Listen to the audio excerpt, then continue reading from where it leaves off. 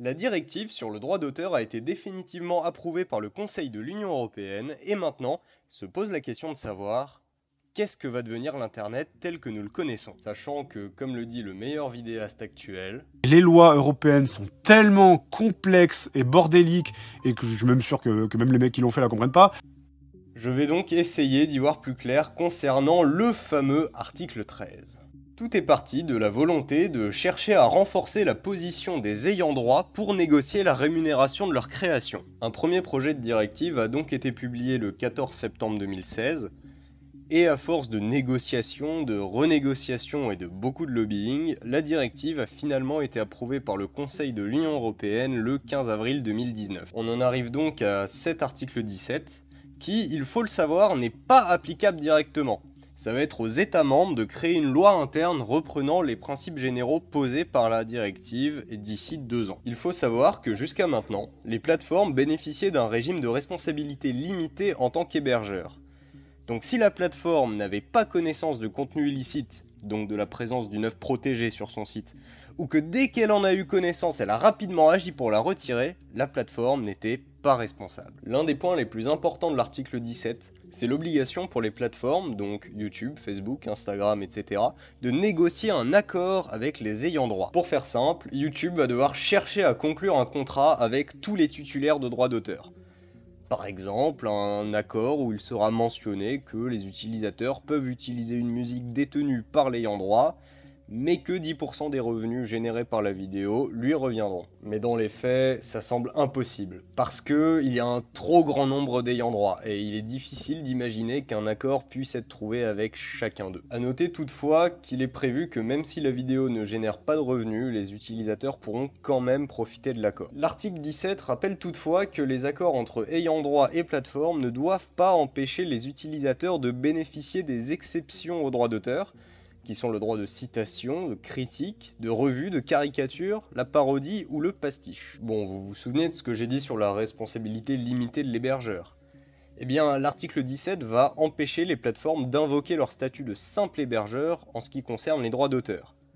Il y aura donc deux hypothèses. Soit la plateforme est parvenue à un accord avec les ayants droit, auquel cas on appliquera l'accord, soit aucun accord n'aura été trouvé. Et si aucun accord n'a été trouvé, on va rendre responsable la plateforme du contenu illicite que ses utilisateurs ont uploadé. Et par rendre responsable, je veux dire que les plateformes devront payer les amendes et les dommages et intérêts découlant de la violation des droits d'auteur par les utilisateurs. Mais la directive prévoit un moyen pour que les plateformes ne soient pas responsables.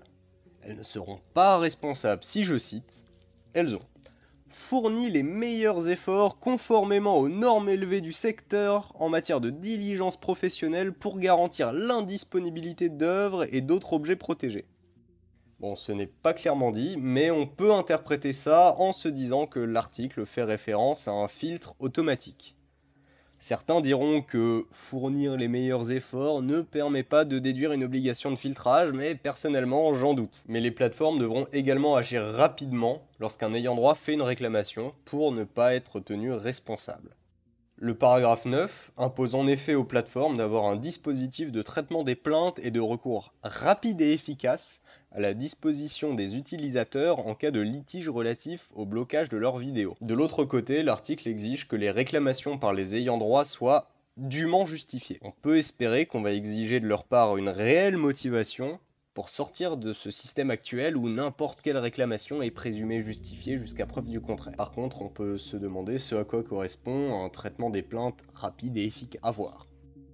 Donc finalement, cet article 17, c'est bien ou c'est pas bien? Ce qu'il faut retenir, c'est que les grosses plateformes vont devoir négocier des accords avec les ayants droit, ce qui en soi est une bonne chose, car au moins ce sera clair en ce qui concerne des questions comme est-ce que j'ai le droit d'utiliser cette musique dans ma vidéo? Mais la réalité des choses, c'est que ce sera impossible pour ces plateformes d'obtenir un accord avec l'intégralité des ayants droit. Et pour ces œuvres qui ne sont pas concernées par un accord, les plateformes vont être obligées de mettre en place un système de filtrage.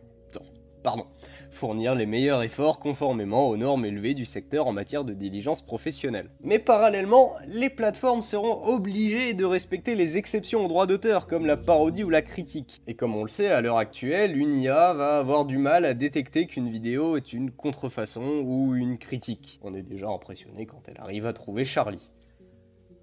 Ça paraît donc compliqué pour les plateformes de respecter toutes les obligations mises à leur charge. Donc soit les grosses plateformes, faute de pouvoir respecter leurs obligations, vont déserter le marché européen, soit les choses vont s'auto-réguler d'une manière ou d'une autre. À l'heure actuelle, on ne peut pas vraiment aller plus loin dans le raisonnement, puisqu'on ne sait pas comment les différents États européens vont transposer la directive, et encore moins comment les grosses plateformes vont réagir. À dans 2 ans donc.